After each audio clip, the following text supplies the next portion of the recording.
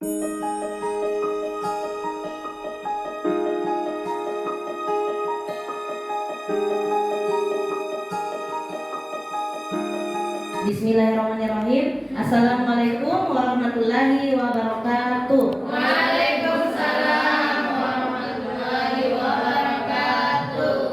Alhamdulillah, kita panjatkan kehadirat Allah Subhanahu wa taala karena pada kesempatan hari ini kita masih diberi umur yang panjang serta nikmat kesehatan untuk dapat mengikuti kegiatan saya ini pribadi ya Bapak Ibu, karena ini adalah salah satu tugas dari PPG saya, yaitu tentang budaya positif. Dan tak lupa pula saya ucapkan banyak terima kasih kepada ibu-ibu karena sudah mau berkolaborasi dengan saya untuk pengimbasan yang akan saya lakukan. Sekali lagi terima kasih ya Bapak Ibu.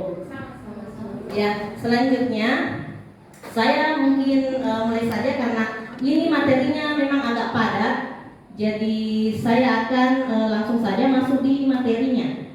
Baiklah Bapak Ibu, di sini saya akan melakukan diseminasi tentang budaya positif. Nah, Bapak Ibu sekalian, ada yang tahu kalau kita berbicara tentang budaya yang positif, kira-kira yang seperti apa? Apakah ada yang tahu? Ini di lingkup sekolah saja ya. Kira-kira kalau budaya positif itu yang bagaimana? Seperti apa ini? Yang termasuk budaya positif yaitu seperti datang tepat waktu ke sekolah. Ya. Ada lagi? Ya. Bu Ayu. Otomatis kalau budaya positif yang baik-baik. Iya. Membaca doa sebelum belajar. Oke, baca doa masih ada.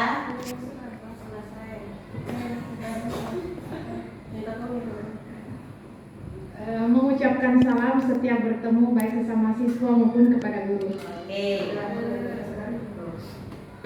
Saling menghormati satu sama lain. Oke.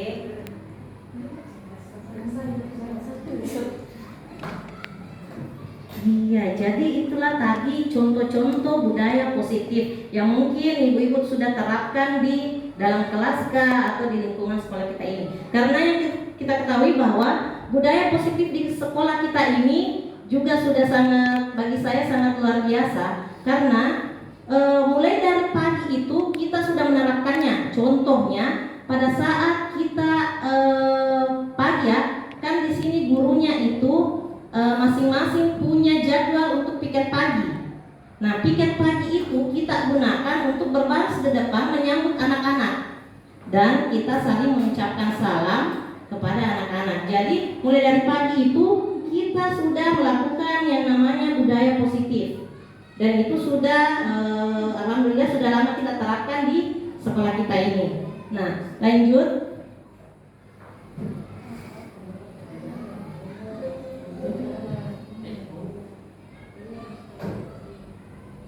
Nah, coba di sini saya punya permainan.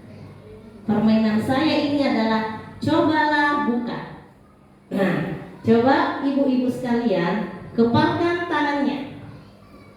Kepalkan tangan kalian. Di dalam genggaman ibu-ibu ini ada sesuatu yang sangat berarti atau sangat berharga untuk Bapak Ibu sekalian. Yang mungkin kalian membukanya hanya karena ada dari dalam diri kalian. Apakah Bapak Ibu mau melepaskannya atau tetap menggenggamnya? Oke. Nah, sekarang ini adalah sesuatu yang sangat berharga ya untuk ibu-ibu sekalian. Nah, sekarang apabila saya menawarkan sesuatu kepada ibu-ibu, apakah ibu mau membuka genggaman ini, sesuatu yang berharga ini dari tangan ibu-ibu? Misal, saya tawarkan, mau buka ini, saya kasih uang 10 juta. Mau? Tidak. Ada yang mau, ada yang tidak. Iya. Ada yang mau, ada yang tidak. Iya. Jadi, Bapak Ibu, permainan ini adalah cara kita mengontrol diri kita. Nah, jadi kontrol diri seseorang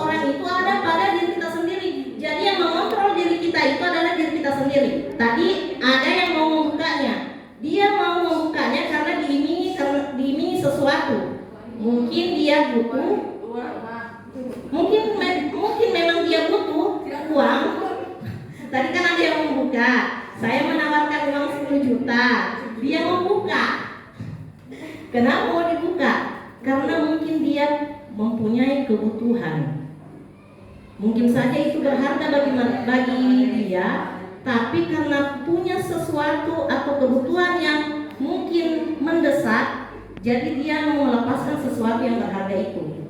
Tapi ada juga seseorang yang tetap menggenggamnya karena menurut dia ini adalah sesuatu yang sangat berharga. Jadi intinya di sini adalah kontrol diri kita itu ada pada diri kita sendiri, bukan dikontrol oleh orang lain. Nah, seperti itu. Jadi ada yang mau membuka, ada yang tetap mau menggenggam. Yang membuka tadi itu karena mungkin dia punya kebutuhan, sesuatu yang mendesak, dan sementara yang tetap menggenggam itu adalah dia mau mempertahankan sesuatu yang berharga itu. Ya seperti itu ya Bapak Ibu. Jadi intinya di sini kontrol diri kita ada pada yang menentukan itu diri kita sendiri, bukan orang lain.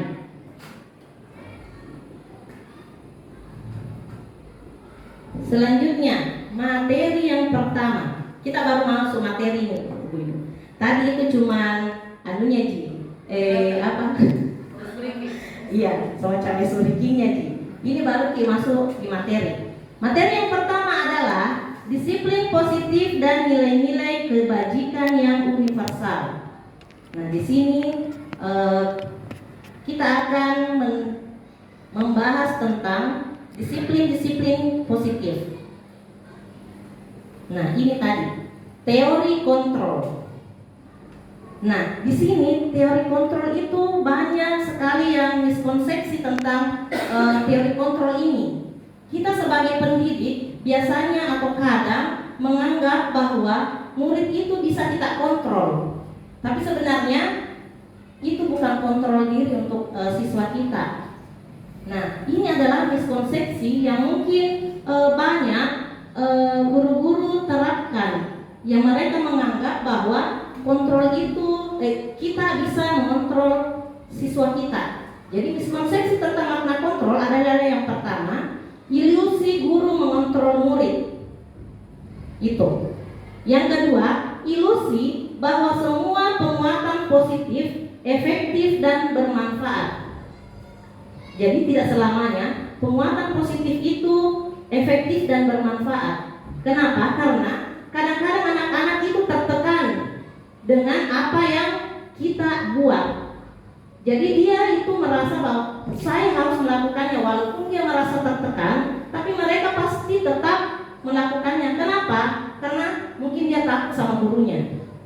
Itu ilusi yang kedua. Selanjutnya ilusi yang ketiga, ilusi bahwa kritik dan membuat orang merasa bersalah dapat menguatkan karakter. Nah, kadang juga di sini kita sebagai guru membuat anak-anak itu merasa bersalah. Walaupun kita tidak memarahinya, tapi nada bicara kita seakan-akan anak itu bersalah. Contohnya, misalnya ada yang berbuat salah. Bagaimana ini nak? Kemarin makanan saya sama kepala sekolah. Kalau yang kasih saya itu barang. Otomatis anak ini akan merasa bersalah walaupun kita tidak memarahinya, tapi seakan-akan anak ini merasa bahwa saya yang bersalah ini gara-gara saya minum begini, walaupun kita tidak memarahinya. Selanjutnya ilusi bahwa orang dewasa memiliki hak untuk memaksa. Nah, kadang juga kita di sini memaksa ya, termasuk memaksa itu kalau kita menerapkan sesuatu yang mungkin anak-anak tidak sanggup melakukannya. Contohnya itu nanti juga akan dibahas di ada nanti materi yang membahas tentang itu. Ya, mungkin selanjutnya itulah tadi miskonsepsi tentang makna kontrol yang sering diterapkan oleh guru-guru. Padahal semua itu adalah membuat siswa itu kayak tertekan dengan apa yang kita lakukan. Walaupun niat kita untuk mendidik, tapi anak-anak itu merasa bahwa saya harus melakukannya karena itu adalah perintah dari guru saya. Seperti itu. Nah, Selanjutnya ini adalah perubahan paradigma. Ini adalah perubahan yang sekarang terjadi tentang materi kontrol. Yang pertama itu stimulus respon. Kita menganggap bahwa realitas atau kebutuhan kita itu sama, kebutuhan guru-guru itu sama. Tapi kenyataannya atau teori kontrolnya, realitas atau kebutuhan kita itu berbeda. Selanjutnya, semua orang melihat hal yang sama. Sedangkan teori kontrolnya adalah setiap orang memiliki gambaran yang berbeda. Selanjutnya lagi, kita mencoba mengubah orang agar berpandangan sama dengan kita. Ya, ini juga sering kita lakukan. Teori kontrolnya adalah kita berusaha memahami pandangan orang lain. Kemudian, perilaku buruk dilihat sebagai suatu kesalahan. Teori kontrolnya adalah perilaku buruk memiliki tujuan. Sama tadi itu yang kepalkan tangan kan? Ada tadi yang mau membuka. Padahal kita jangan beranggapan bahwa dia membuka itu adalah suatu kesalahan. Tapi sebenarnya dia itu melakukannya karena memiliki tujuan. Selanjutnya, orang lain bisa mengontrol saya. Ya, ini juga biasa anak-anak kita menganggap bahwa kita bisa mengontrol anak-anak. Padahal yang sebenarnya adalah hanya Anda yang bisa mengontrol diri Anda. Kita juga sebagai guru tidak mungkin kita dikontrol oleh orang lain. Kalau memang itu bukan dari dalam diri kita sendiri, pasti pokoknya kita lah yang mengontrol diri kita sendiri. Selanjutnya, saya bisa pemaksaan ada pada saat bujukan gagal. Teori kontrolnya, kolaborasi dan konsekuensi menciptakan pilihan-pilihan lain. Selanjutnya di sini masih ada ya, cuma terpotong. Model berpikir menang kalah. Teori kontrolnya, model berpikir menang-menang. Jadi artinya di sini kita tidak boleh menyalahkan atau apabila anak yang berbuat salah itu kita menyalahkan mereka. Pasti mereka mempunyai tujuan. Mengapa mereka melakukan itu? Contohnya, pada saat ada anak-anak yang berkelahi, otomatis kalau kita cuma mendengarkan sepihak, pasti kita akan menyalahkan yang satu itu. Apabila kita mendengar keduanya, otomatis kita akan mengetahui apa yang terjadi. Kemudian kita juga akan menentukan kita juga tidak boleh membuat anak itu menjadi salah. Pasti kedua-duanya salah atau kedua-duanya mempunyai tujuan mengapa melakukan hal tersebut. Selanjutnya, makna disiplin. Nah, kalau ibu-ibu mendengarkan kata disiplin, kira-kira yang terlintas di benak ibu-ibu itu apa? Kalau kata-kata disiplin, tepat waktu, apalagi? Tertib, apalagi? Patuh, apalagi? Kalau disiplin, pasti yang terlintas itu tentang tata tertib. Seperti minta patuh, ada di tata tertib. Apalagi tadi? Tepat waktu, ada di tata tertib atau peraturan.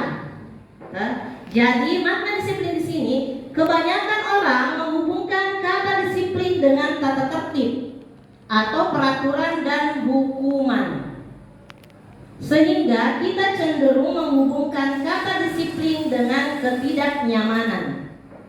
Nah, jadi kata disiplin atau apabila ada peraturan dan yang dilanggar, otomatis itu menimbulkan ketidaknyamanan kepada orang tersebut. Nah, disiplin diri adalah perilaku yang dapat membuat seseorang menggali potensinya menuju sebuah tujuan mulia, sesuatu yang dihargai dan bermakna. Dengan kata lain, disiplin diri mempelajari bagaimana cara kita mengontrol diri dan menguasai diri untuk memilih tindakan yang mengacu pada nilai-nilai yang kita hargai agar tercapai tujuan yang diinginkan. Di sini juga nanti kita akan ada penjelasan tentang keyakinan kelas. Jadi nanti ada materi juga yang mungkin berhubungan dengan ini. Lanjut. nilai-nilai kebajikan universal. Kenapa universal? Tidak khusus. Kalau ini kan universal berarti kayak menyeluruh. Nah, di sini ada nilai-nilai kebajikan seperti peduli, rajin, integritas, kebahagiaan, keadilan, itu adalah semua nilai-nilai kebajikan. Nah, kenapa universal? Karena di sekolah itu kan mungkin kalau kita di sini di sekolah kita mungkin kita bisa pakai yang khusus. Karena contohnya kan kita di sini semua beragama Muslim. Karena kita memang adalah sekolah dasar Islam terpadu. Jadi kita sebenarnya bisa, tapi di sekolah lain itu mereka harus menggunakan yang universal. Kenapa? Karena kan di sekolah itu ada yang berbeda-beda agama, kan? Di sekolah lain, jadi tidak mungkin dia memakai kayak beribadah, sholat 5 waktu, kan tidak seperti itu. Kalau kita mungkin bisa, tapi kalau di sekolah lain kan tidak mungkin dia memakai yang khusus. Pasti dia memakai yang universal.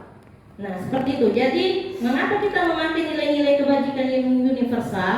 Karena kita ketahui tadi bahwa kalau sekolah lain itu ada yang beragama Islam, ada yang beragama Kristen, kemudian ada lagi dari ras yang berbeda, seperti itu. Nah, ini adalah nilai-nilai kebajikan yang universal, kayak kebersihan, komitmen, belas kasih, percaya diri, dermawan. Selanjutnya, yang kedua, materi yang kedua, teori motivasi, hukuman dan penghargaan serta restitusi. Nah, Bapak Ibu, sudah ada yang pernah mendengarkan kata restitusi? Belum. Iya, saya juga di sini baru juga mendengarkan kata ini, restitusi. Ini juga adalah hal yang baru bagi saya. Kalau hukuman? Sering. Ada yang sering menghukum? Sering. Ada yang sering memberi penghargaan? Sering. Ya, saya juga di sini sering memberi penghargaan kepada anak-anak, walaupun cuma bintang G. Nah, kata hukuman dan penghargaan sering Bapak Ibu dengar, tapi kata restitusi di sini Diana Gerson dalam bukunya menyatakan bahwa ada 3 motivasi perilaku manusia. Yang pertama, untuk menghindari ketidaknyamanan atau hukuman. Jadi selalu menghukum Bapak Ibu. Kemudian yang kedua, untuk mendapatkan imbalan atau penghargaan dari orang lain. Jadi juga selalu mau mendapat penghargaan. Itu. Tapi gak apa-apa untuk motivasi diri. Selanjutnya, untuk menjadi orang yang mereka inginkan dan menghargai diri sendiri dengan nilai-nilai yang mereka percaya. Nanti lagi akan dibahas materi selanjutnya. Nah, ini semotivasi apakah aku? Yang pertama, sebagai seorang guru, saat Anda hadir mengajar di kelas tepat waktu, motivasi apakah yang mendasari tindakan Anda? Apakah datang tepat waktu karena tidak ingin ditegur oleh atasan Anda dan kemudian mendapat surat peringatan SP1? Kemudian Anda ingin mendapatkan pujian dari atasan Anda dan mendapat penghargaan sebagai karyawan atau guru yang berprestasi. Boleh, ya. Kemudian Anda ingin menjadi orang yang menghargai waktu, menghargai diri Anda sendiri sebagai teladan bagi murid-murid Anda, karena Anda percaya tindakan Anda sebagai guru akan dicontoh oleh murid-murid Anda. Selanjutnya, nah, manakah motivasi yang paling kuat mendasari tindakan Anda? Atau bahkan kombinasi dari kedua motivasi atau bahkan ketiganya? Nah, coba Ibu Amel, yang mana Ibu Amel? Yang pertama, kedua, atau ketiga? Masya Allah, Ibu Amel telah yang ketiga. On time Ibu Amel. Kalau Ibu Rasma, yang mana Ibu Rasma? 1, 2, atau 3? Kedua dan ketiga Bu Eca. Iya, kombinasi tahu Ibu Rasma. Karena yang mau mendapat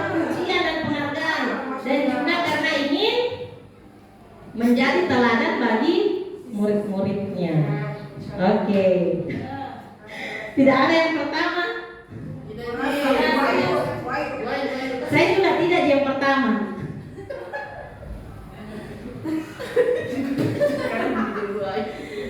Selanjutnya lanjut. Hukuman, konsekuensi, dan restitusi. Nah, hukuman itu, coba Bapak Ibu, hukuman itu adalah teori yang paling di bawah dibanding dengan konsekuensi dan restitusi. Nah, mungkin di sekolah kita ini kita sudah menerapkan yang ini, konsekuensi. Kenapa? Karena saya lihat rata-rata di peraturan kelasnya itu kalau dia melakukannya maka dapat reward. Kalau dilanggar maka dapat ada konsekuensinya. Seperti kemarin juga saya lihat semua di peraturan kelasnya, dan rata-rata saya lihat yang dilakukan ibu-ibu itu adalah yang konsekuensi. Di peraturan kelasnya itu kalau dia melakukannya mendapat reward, kalau tidak dilakukan ada konsekuensinya. Begitupun juga dengan saya. Tapi sebenarnya itu konsekuensi ada di tahap kedua dia. Yang paling bawah itu hukuman, kemudian konsekuensi, dan yang paling bagus diterapkan itu adalah restitusi. Nanti kita juga akan membahas ini tentang restitusi. Lanjut. Hukuman atau konsekuensi. Nah, contoh dulu. Yang pertama, mencatat 100 kali di dalam buku kalimat "Saya tidak akan terlambat lagi karena datang terlambat ke sekolah." Hukuman atau konsekuensi? Saya tanya, hukuman atau konsekuensi ini? Mencatat 100 kali di buku kalimat saya hukuman? Oke, hukuman. Kemudian yang kedua, membersihkan coretan yang dibuat di meja tulis. Hukuman atau konsekuensi? Konsekuensi. Iya, ini adalah konsekuensi. Kenapa konsekuensi? Kan dia tadi mencoret-coret. Sebagai konsekuensinya dia harus membersihkannya. Kemudian yang ketiga, menggantikan kertas tugas teman yang telah dicoret-coret. Konsekuensi. Oke, karena dia kan coret-coret di bukunya temannya, jadi otomatis dia harus mengganti. Itu bentuk pertanggungjawabannya. Kemudian berdiri depan kelas sambil mengangkat kaki satu karena tidak bisa menjawab pertanyaan. Hukuman. Kasihan anaknya, disuruh kasih angkat kakinya satu karena tidak bisa dijawab pertanyaannya. Mungkin dia belum paham materinya, terus kita kasih hukuman, baru kita juga tidak tanya, ini bilang mengerti karena langsung kita saja hukum. Itu adalah hal yang salah. Selanjutnya, membersihkan tumpahan air di meja tulis yang tersenggol saat belajar. Iya, konsekuensi karena dia kan sebenarnya tidak sengaja. Kemudian membersihkan WC sekolah karena mematahkan pensil kawannya. Hukuman. Karena dia disuruh kasih membersihkan WC karena patahkan pensilnya temannya. Oke, selanjutnya kehilangan 10 menit jam istirahat untuk mengerjakan tugas karena terlambat datang dan ketinggalan pelajaran. Konsekuensi atau hukuman? Hukuman atau konsekuensi ini? Hah? Coba. Hah? Sebenarnya ini adalah konsekuensi, Bu-ibu. Kenapa? Dia dipotongi 10 menit jam istirahatnya karena dia datang terlambat. Nah, itu konsekuensinya kan? Kan 10 menit terlambat, di 10 menit datang belajar di temannya. Otomatis gurunya itu untuk pertanggungjawabannya agar tidak terlambat lagi, maka dia dipotong waktu istirahatnya selama 10 menit tapi untuk belajar, Ci. Itu sebenarnya adalah konsekuensi, jadi bukan hukuman. Oke, paham di sini tentang perbedaan hukuman dan konsekuensi? Paham. Oke, lanjut.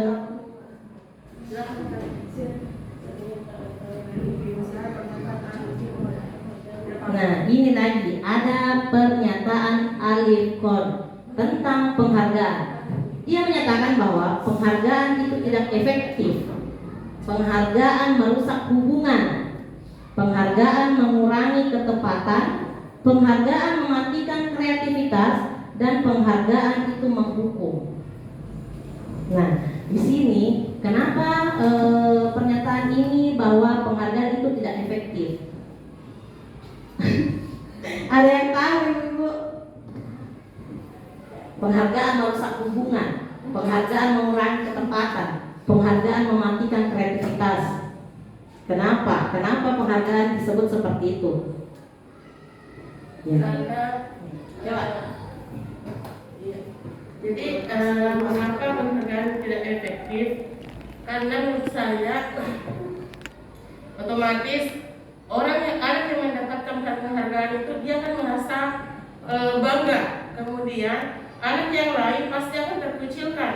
Dia akan merasa bahwa saya ini mungkin yang paling bodoh dari antaranya karena tidak pernah mendapatkan penghargaan. Demikian. Ya, bagus sekali Bu Nana. Jadi seperti itu. Memang penghargaan itu tidak efektif dilakukan karena penghargaan itu akan menimbulkan apa ya?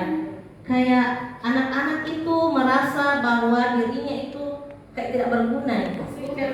Minder, iya. Minder ya. Jadi anak-anak kan karakteristik di dalam kelas itu kan berbeda-beda. Tidak semua itu karakteristiknya anak itu yang sama. Jadi otomatis anak yang agak kurang merasa minder bahwa saya tidak akan pernah mendapatkan penghargaan. Nah, selanjutnya penghargaan merusak hubungan. Dikatakan penghargaan merusak hubungan karena kan coba Ki, saya contoh. Saya punya anak 3 di rumah. Masing-masing itu berbeda-beda. Nah, kalau misalnya si A ini saya kasih sesuatu, otomatis yang 2 ini akan cemburu. Otomatis juga dia akan membenci si A ini, karena si A ini mendapatkan suatu penghargaan, apakah imbalan atau sejenisnya. Otomatis yang bersaudara ini akan apa? Iya, saudaranya ini akan cemburu, otomatis akan merusak hubungan dari mereka yang bersaudara. Seperti itu. Jadi karena ini juga penghargaan mematikan kreativitas. Kenapa dikatakan penghargaan mematikan kreativitas? Karena otomatis juga itu seperti ini tadi. Kalau misalnya berkreasi semua anak-anak, cuma satu yang dikasih penghargaan, otomatis itu yang jangan maka deh, tidak mau saya nanti kerja pada bukan puji saya. Padahal dia sudah mengeluarkan semua kreativitasnya, tapi karena hanya satu yang mendapatkan penghargaan, otomatis anak yang lain itu akan drop, tidak mau lagi berkreasi. Jadi kita itu mematikan kreativitasnya anak-anak. Kemudian lagi penghargaan menghukum. Nah, kenapa ini penghargaan menghukum? Contohnya, anak-anak tadi yang dikasih penghargaan ini, kalau nanti dia tidak mendapatkan penghargaan lagi, bagaimana? Otomatis dia akan merasa bahwa saya sudah tidak tidak bisa lagi. Otomatis itu adalah penghukuman yang tidak disengaja untuk anak itu. Ya, seperti itu tentang penghargaan. Nah, selanjutnya restitusi. Sebagai seorang guru, ketika murid melakukan kesalahan, tindakan mana yang akan Anda lakukan? Menunjukkan kesalahannya dan memintanya melihat kesalahannya baik-baik.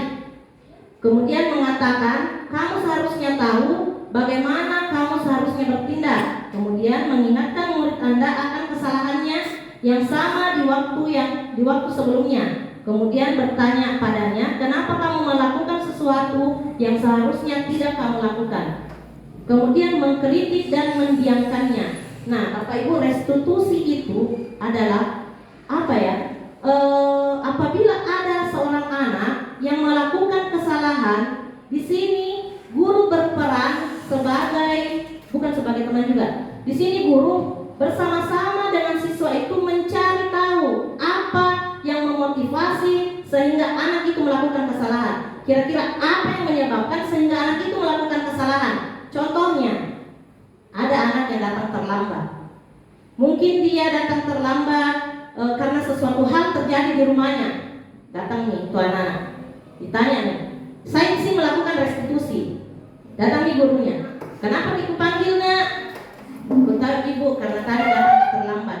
Di sini nih kan mulai nih terjadi perbincangan antara guru dan siswa. Kita tidak menghukum di sini. Kita tanya ke anak tersebut, mengapa kamu datang terlambat? Kira-kira apa yang menyebabkan sehingga kamu datang terlambat? Karena tadi malam ibu main game kak sampai tengah malam. Ini jawabannya. Jadi terlambat kak tidur. Nah itulah hal yang mendasari sehingga anak itu terlambat bangun dan terlambat datang ke sekolah. Nah di sini lagi guru itu berperan. Kira-kira untuk memperbaiki kesalahan Muna, apa yang akan kamu lakukan supaya tidak datang di besok lagi terlambat ke sekolah? Karena bukan kita satu-satunya yang sering datang terlambat, banyak di Kementak. Jadi kira-kira apa yang akan kamu lakukan supaya tidak datang terlambat lagi? Otomatis anak itu akan berkata, saya tidak akan main HP lagi sampai tengah malam. Kita kasih lagi penguatan ke anak tersebut. Nah kalau begitu mulai kapan Ki akan laksanakan itu tidak main HP lagi? Mulai nanti malam ibu. Pasti seperti itu jawabannya. Insya Allah mulai nanti malam ibu tidak main HP maka supaya tidak terlambat tidak datang ke sekolah. Jadi di sini kita tidak menghukum atau menghakimi anak tersebut. Kita bersama-sama anak tersebut mencari solusi. Solusi apa sehingga anak itu nantinya tidak akan melakukan kesalahannya lagi. Jadi restitusi itu adalah kita di sini bersama-sama mencari tahu kira-kira kesalahan apa dan solusinya apa sehingga anak tersebut tidak akan melakukan kesalahannya lagi. Jadi ini sebenarnya sangat efektif juga ya bagi saya. Menurut saya ini efektif karena di sini kita tidak menghukum anak tersebut untuk agar melakukan kesalahan, tapi di sini kita bersama-sama menemukan solusi dari kesalahannya itu, sama-sama memecahkan masalahnya si anak. Jadi restitusi itu adalah teori yang paling di atas. Hukuman dulu, konsekuensi, kemudian restitusi. Lanjut. Nah, restitusi adalah proses menciptakan kondisi bagi murid untuk memperbaiki kesalahan mereka sehingga mereka bisa kembali pada kelompok mereka dengan karakter yang lebih kuat. Restitusi juga adalah proses kolaboratif yang mengajarkan murid untuk mencari solusi dari masalahnya dan membantu murid berpikir tentang orang seperti apa yang mereka inginkan dan bagaimana mereka harus memperlakukan orang lain. Jadi itu adalah restitusi. Nah, selanjutnya yang ketiga, keyakinan kelas. Nah, kenapa keyakinan kelas bukan peraturan kelas?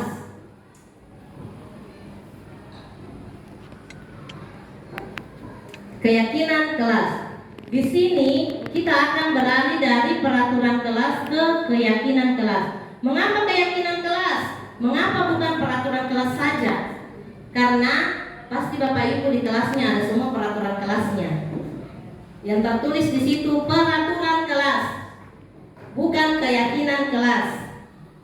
Kalau peraturan itu berarti yang harus apa? Harus dilakukan. Kalau tidak dilakukan nih dapat hukuman.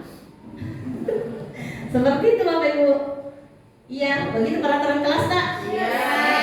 Kalau saya kasih di konsekuensi. Lengkap dengan sanksinya. Oke. Nah, mengapa keyakinan kelas? Mengapa bukan peraturan kelas saja? Mengapa kita memiliki peraturan tentang penggunaan helm pada saat mengendarai kendaraan roda 2 atau motor? Mengapa kita memiliki peraturan tentang penggunaan masker dan cuci tangan setiap saat? Nah, pembentukan keyakinan kelas. Jadi ini, kalau mungkin buat sebenarnya juga di sini kalau peraturan kelas kan masih menggunakan kata-kata yang banyak tidaknya, banyak jangannya. Jangan membuang sampah pada tempatnya. Jangan membuang sampah sembarangan.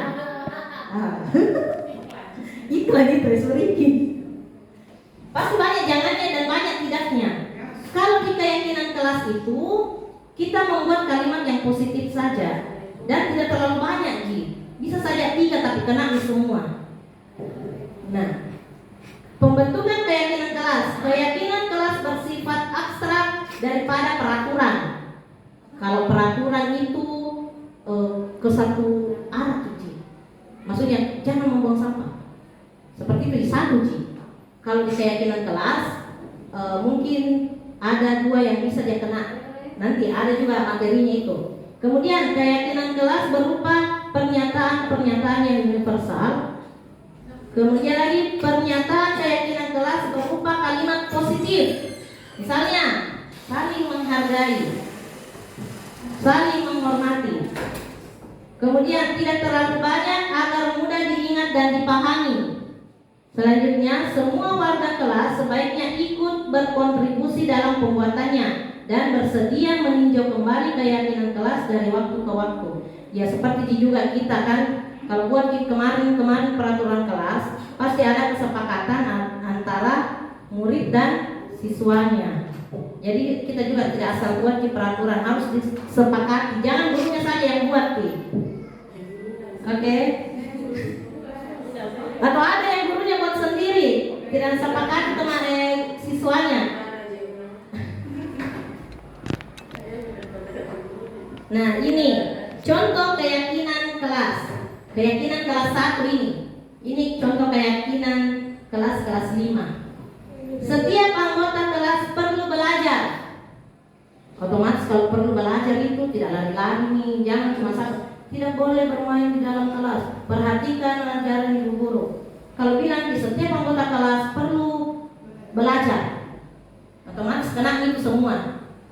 Kemudian setiap anggota kelas perlu senang. Ya, kelas 1 ini. Karena kalau kelas 1 kan banyak yang suka menangis. Kemudian setiap anggota kelas perlu melakukan tugas. Kemudian setiap anggota kelas perlu saling menghargai dan setiap anggota kelas perlu merasa aman. Aman di sini, kalau misalnya tidak boleh mengganggu teman. Padahal itu kalau dia merasa aman otomatis kena juga. Kemudian keyakinan kelas 5, kelas tinggi ini selalu bersifat positif, senantiasa menjadi diri terbaik, percaya dan menghormati orang lain serta barang miliknya, berkomitmen terhadap setiap tugas dan senantiasa membantu. Ya, itu saja keyakinan kelas, jangan banyak-banyak. Pasti kalau kita kena di semua. Oke, jadi beda peraturan kelas dan beda keyakinan kelas. Materi yang keempat, ada 5 kebutuhan dasar manusia, yaitu yang pertama, kebutuhan bertahan hidup. Nanti ada penjelasannya ini. Kita itu hidup untuk apa? Untuk makan. Ya, selanjutnya kasih sayang dan rasa yang diterima, kemudian penguasaan, kebebasan dan kesenangan. Otomatis juga hidup untuk senang, yang mau sedih saja.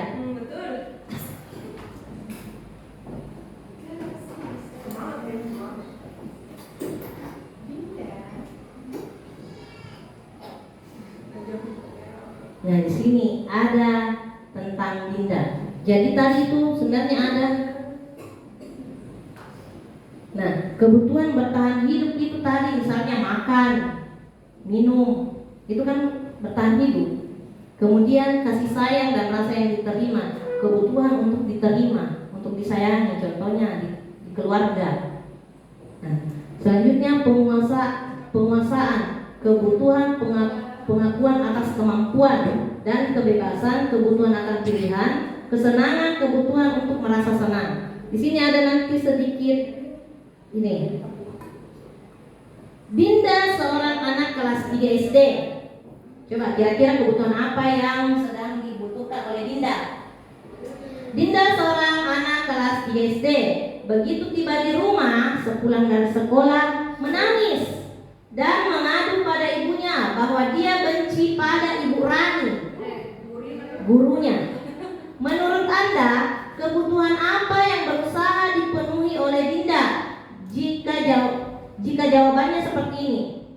Ibu guru bilang aku tidak boleh bersenandung sewaktu mengerjakan tugas. Katanya kelas harus tenang, tidak ada suara, kan nggak seru jadinya. Kemudian yang dikatakan lagi, ibu guru tidak menyapaku hari ini, padahal aku pakai jepitan rambut. Oh ya, pertama dulu, kira-kira kebutuhan apa yang dibutuhkan Dinda ketika ibu guru bilang aku tidak boleh bersenandung di waktu mengerjakan tugas. Katanya kelas harus tenang, tidak ada suara, kan nggak seru jadinya. Kira-kira kebutuhan apa yang dibutuhkan oleh Dinda?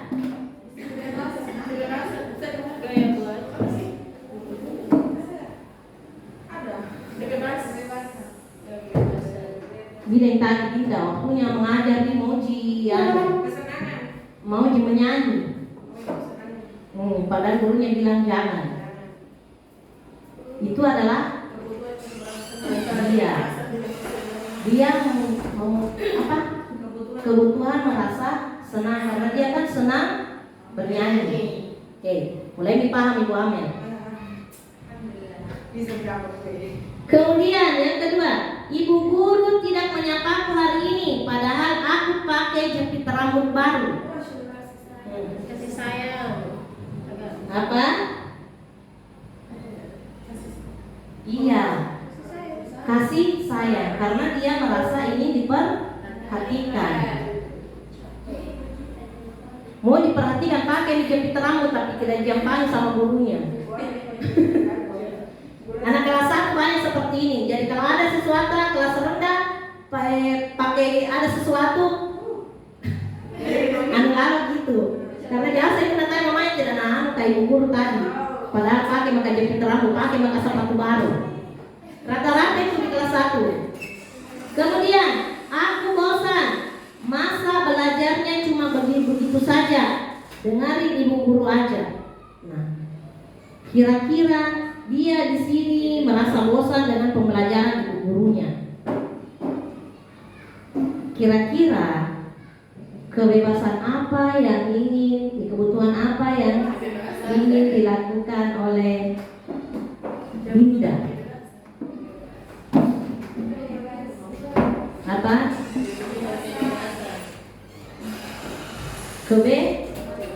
Kebebasan. Selanjutnya, bila Anda berada dalam posisi Ibu Rani dan mendengar informasi dari ibunya Dinda tentang perasaan Dinda hari itu, apa yang akan Anda lakukan pada Dinda besok ketika Dinda masuk sekolah agar kebutuhan Dinda terpenuhi? Kalau misalnya nanti biasa sekali terjadi. Kalau menghadapi anaknya, nanti begitu orang tua siswa.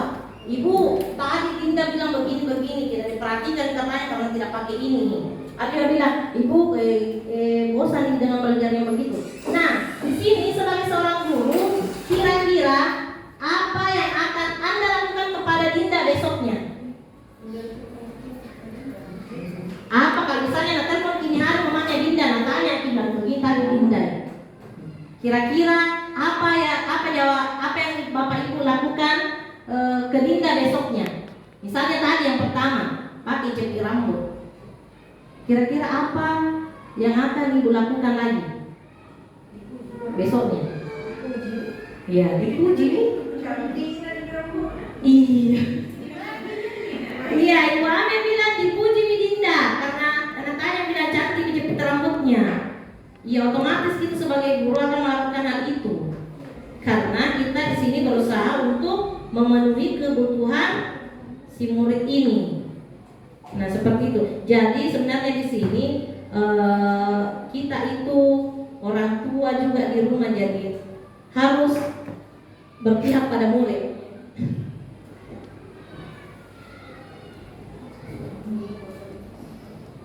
Nah, selanjutnya posisi kontrol. Ini tadi penghukum. Janganlah menjadi guru yang suka menghukum. Seorang penghukum bisa menggunakan hukum fisik maupun verbal. Orang-orang yang menjalankan posisi penghukum senantiasa mengatakan bahwa sekolah memerlukan dengan sistem atau alat yang dapat lebih menekankan murid-murid lebih dalam lagi. Guru-guru yang menerapkan posisi penghukum akan berkata, patuhi aturan saya atau awas. Ya, ini adalah contoh guru penghukum. Kamu selalu saja ada, kamu selalu saja salah. Pedis ya kata-katanya kalau penghukum. Selalu, pasti selalu, yang terakhir selesai. Bah, ada yang biasa tanya anak-anaknya begini, ini sih, ini terakhir selesai. Ini setiap hari dia terus selesai terakhir. Kemudian guru seperti ini senantiasa percaya hanya ada satu cara agar pembelajaran bisa berhasil, yaitu dengan cara dia. Nah, jadi di sini Bu-ibu, jangan kita menjadi guru yang suka menghukum. Biasa juga itu tapi sebenarnya juga penghukum ini atau hukuman ini biasa terjadi karena respon yang langsung keluar dari mungkin mulutnya ibu-ibu. Iya, yang spontan. Iya, jadi itu hukuman jadi hilangkanlah kebiasaan untuk selalu menghukum. Kalau bisa hilangkan nih. Kemudian pembuat merasa bersalah.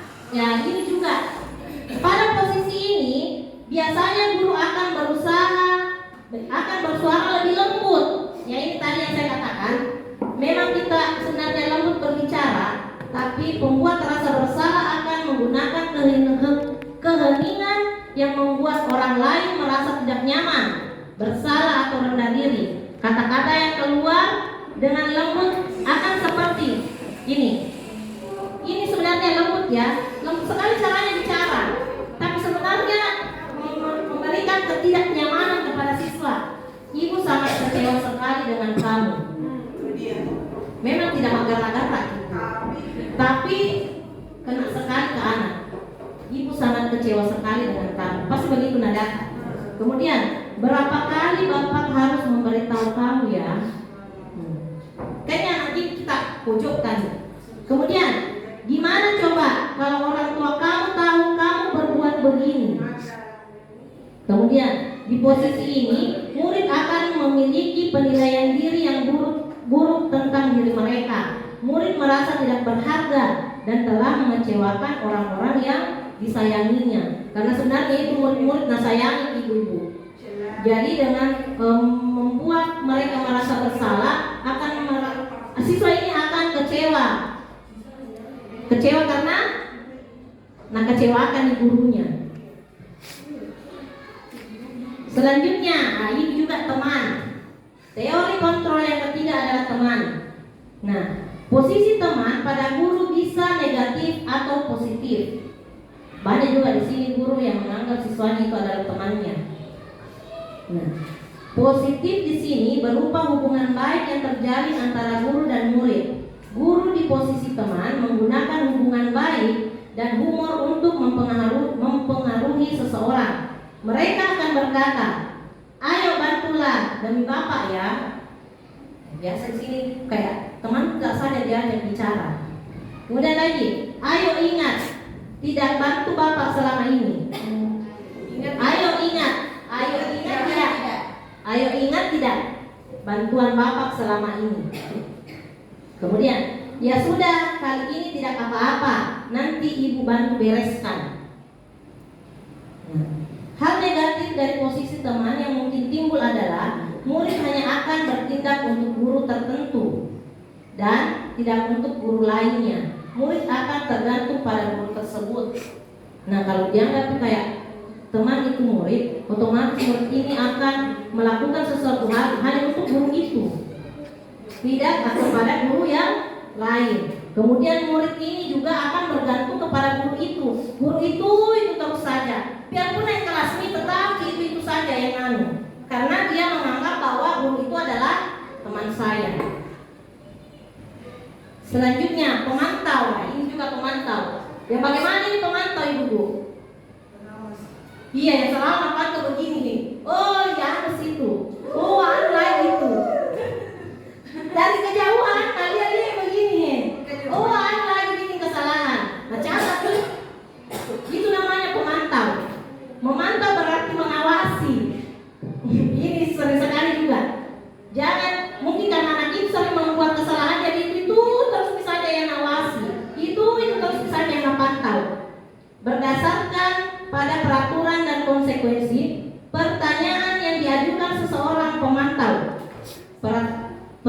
standarnya apa? Peraturannya apa?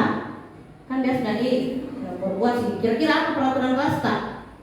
Karena kita selalu memantau hal tersebut. Sanksi atau konsekuensinya apa? Seorang pemantau sangat mengandalkan penghitungan, catatan, data yang dapat digunakan sebagai bukti atas perilaku seseorang. Posisi ini akan menggunakan stiker, slip catatan, daftar cek. Posisi pemantau sendiri berawal dari teori stimulus respon yang menunjukkan tanggung jawab guru dalam mengontrol murid. Nah, jadi di sini jangan juga selalu jadi pemantau ibu-ibu. Sekali-kali jangan dipantau terus anak yang sering berbuat salah. Selanjutnya, manajer. Ini adalah posisi kontrol yang paling baik untuk guru-guru sebenarnya. Bagi saya ya. Posisi di mana guru berbuat sesuatu bersama dengan murid, mempersilahkan murid mempertanggungjawabkan perilakunya, mendukung murid agar dapat menemukan solusi atas permasalahannya sendiri, dan seorang manajer akan berkata, apa yang kita yakini? Apakah kamu meyakininya? Jika kamu meyakininya, apakah kamu bersedia memperbaikinya? Jika kamu memperbaiki ini, hal ini menunjukkan apa tentang dirimu dan apa rencana kamu untuk memperbaiki hal ini. Jadi ini tadi berhubungan dengan restitusi yang tadi ini.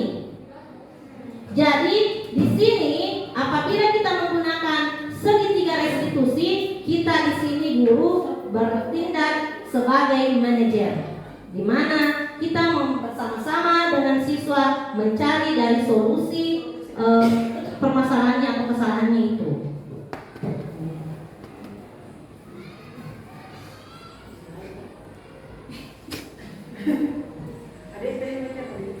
Nah, yang terakhir,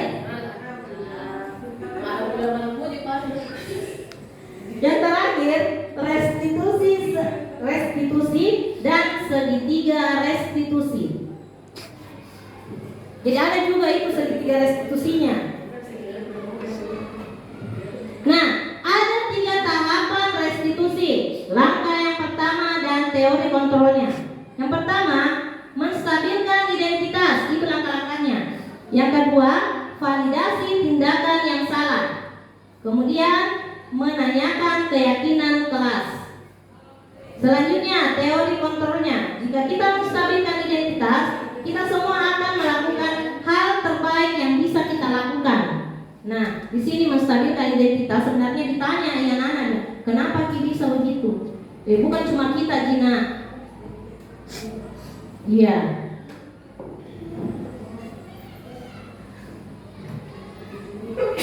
Kemudian, validasi tindakan yang salah. Semua perilaku memiliki alasan. Kemudian, menanyakan keyakinan kelas. Kita semua memiliki motivasi internal.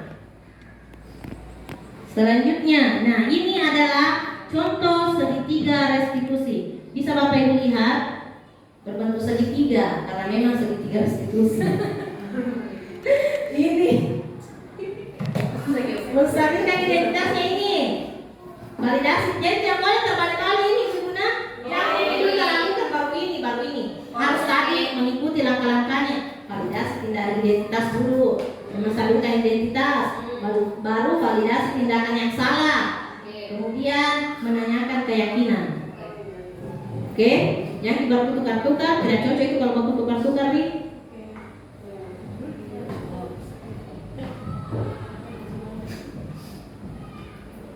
Ya, ini dulu menstabilkan identitas. Bagian dasar dari segitiga bertujuan untuk mengubah identitas anak dari orang yang gagal karena melakukan kesalahan menjadi orang yang sukses. Anak yang melanggar peraturan karena sedang mencari perhatian adalah anak yang sedang mengalami kegagalan. Dia mencoba untuk memenuhi kebutuhan dasarnya, namun ada benturan. Kalau kita mengkritik dia, maka kita akan tetap membuatnya dalam posisi gagal. Kalau kita ingin ia menjadi reflektif, maka kita harus meyakinkan si anak dengan cara mengatakan kalimat-kalimat ini. Berbuat salah itu tidak Tidak ada manusia yang sempurna. Saya juga pernah melakukan kesalahan seperti itu. Kemudian kita bisa menyelesaikannya. Jadi itu. Selanjutnya, validasi tindakan yang salah. Setiap tindakan kita dilakukan dengan suatu tujuan, yaitu memenuhi kebutuhan dasarnya. Kalau kita memahami kebutuhan dasar apa yang mendasari sebuah tindakan, kita akan bisa menemukan cara-cara paling efektif untuk memenuhi kebutuhan tersebut. Kalimat-kalimat di bawah ini mungkin terdengar asing buat guru, namun bila dikatakan dengan nada tanpa menghakimi, akan memvalidasi kebutuhan mereka. Padahal kamu bisa melakukan yang lebih buruk dari ini. Kamu pasti punya alasan mengapa melakukan hal ini. Jadi ditanya ya alasannya. Yang terakhir, menanyakan keyakinan. Teori kontrol menyatakan bahwa kita pada dasarnya termotivasi secara internal. Ketika identitas sukses telah tercapai, langkah pertama tadi, dan tingkah laku yang salah telah divalidasi, langkah kedua, maka anak akan siap untuk dihubungkan dengan nilai-nilai yang dia percaya dan berpindah menjadi orang yang dia inginkan. Pertanyaan-pertanyaan di bawah ini menghubungkan keyakinan anak dengan keyakinan kelas atau keluarga. Nah, apa yang kita percaya sebagai kelas atau keluarga? Apa nilai-nilai umum yang kita telah sepakati? Apa bayangan kita tentang kelas yang ideal? Jadi itulah kata-kata yang bisa diucapkan ketika menanyakan keyakinan kelas. Nah, bagaimana Bapak Ibu? Itulah tadi tentang budaya positif. Ada tadi 6 materinya. Ada yang mau bertanya? Paham lagi? Alhamdulillah kalau paham nih. Nah, Bapak Ibu, itulah tadi materi tentang budaya positif yang sempat saya sampaikan. Mudah-mudahan ada manfaatnya untuk ibu-ibu sekalian, terutama bagi saya sendiri. Mudah-mudahan kita bisa menerapkannya di kelas lah dulu. Nanti kalau sudah diterapkan di kelas, baru kita di sekolah. Ya, kalau menerapkan itu semua, pasti sekolah juga berimbas. Nah, itulah tadi keyakinan budaya positif yang sempat saya sampaikan. Ini adalah tugas PPG saya tentang desiminasi, aksi nyata desiminasi. Nah, terima kasih saya ucapkan kepada ibu-ibu karena telah meluangkan waktunya untuk berkolaborasi dengan saya. Karena memang dalam kegiatan ini sangat dibutuhkan yang namanya kolaborasi. Kalau tidak berkolaborasi, siapa yang mau jadi audiens? Oke, sekali lagi saya ucapkan banyak terima kasih kepada ibu-ibu sekalian. Mohon maaf karena telah mengganggu waktunya. Dengan ucapan Assalamualaikum warahmatullahi wabarakatuh. Waalaikumsalam warahmatullahi wabarakatuh.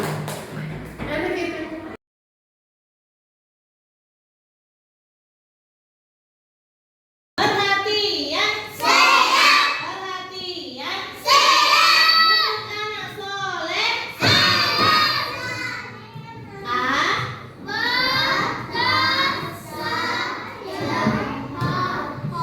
Oke, nah sekarang anak-anak sekalian, sebelum kita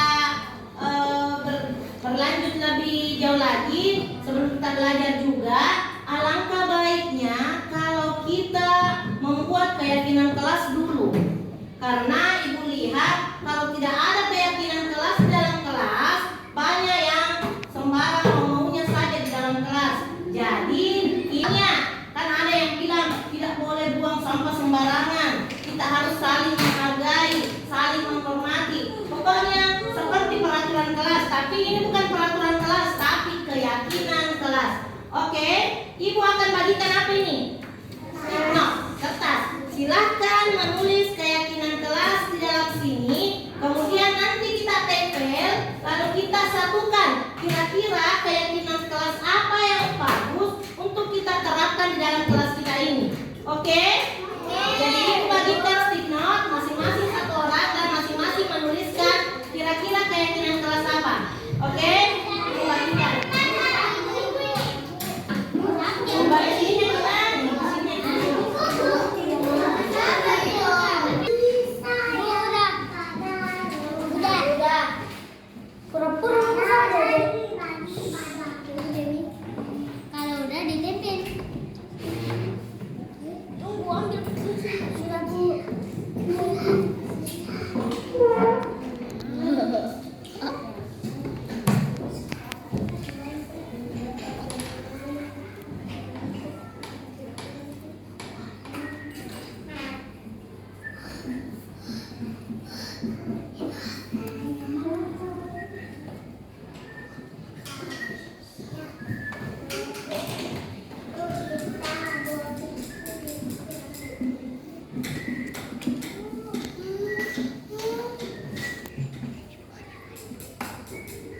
Nah, sekarang semuanya sudah menuliskan keyakinan kelasnya?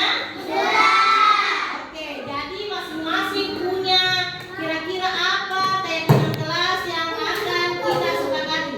Nah, sekarang tempelkan semua kertasnya atau stick note-nya di papan. Ya, perlu laki-laki dulu yang sebelah sini, dulu. Ya, tempel. Ya, ditempel. Bukan kau. Ya, ditempel, bagus. Saya bukan di situ. Ya, sini bertempel. Kartu kuning. Wah, berat. Pun terbalik. Terbalik caratan, ada apa-apa. Ini bisa baca nih. Ya. Siapa lagi? Ayo. Ya, laki-lakinya ayo. Yang bagian sana lagi. Ya, sini. Ya, tempelkan, tempel. Ditempel di sini. Ya, sama Cina semua.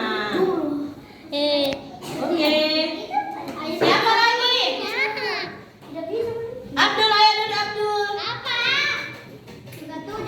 Terbalik caratan.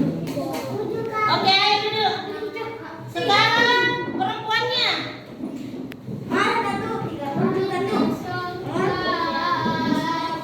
Tempel.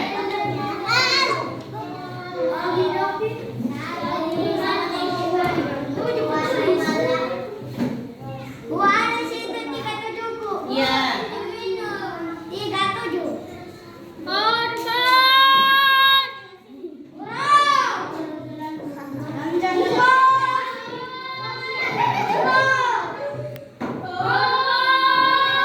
Ya, oke. Silakan duduk semua ke tempatnya. Sekarang, ayo duduk. Ayo duduk.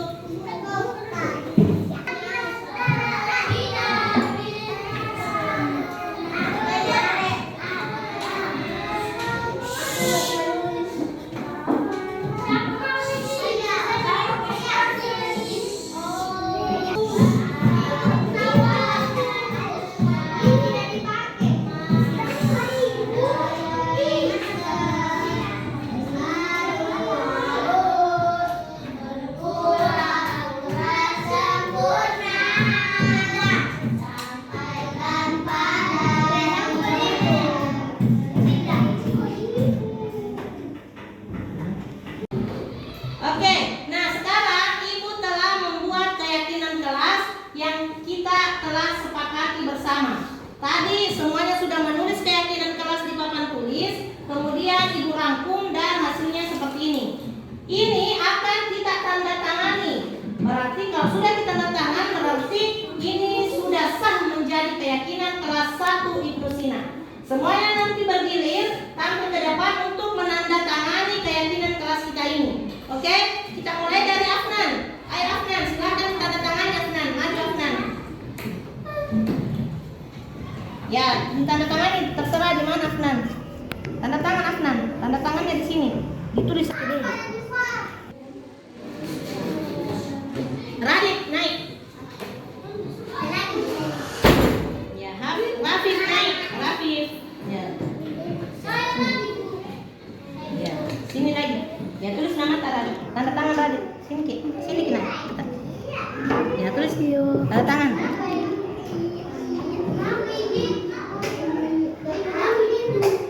Afisa, Aiska. Sini Ki. Sini. Boleh di sini. Di sini bisa. Aiska di sini. Di sini tulis. Selanjutnya ya Farha. David. Sini Farha. Apa? Tulis nama tak? Tulis di sini. David, tulis David. Selanjutnya Ranum dan Aziba. Tulis namanya David.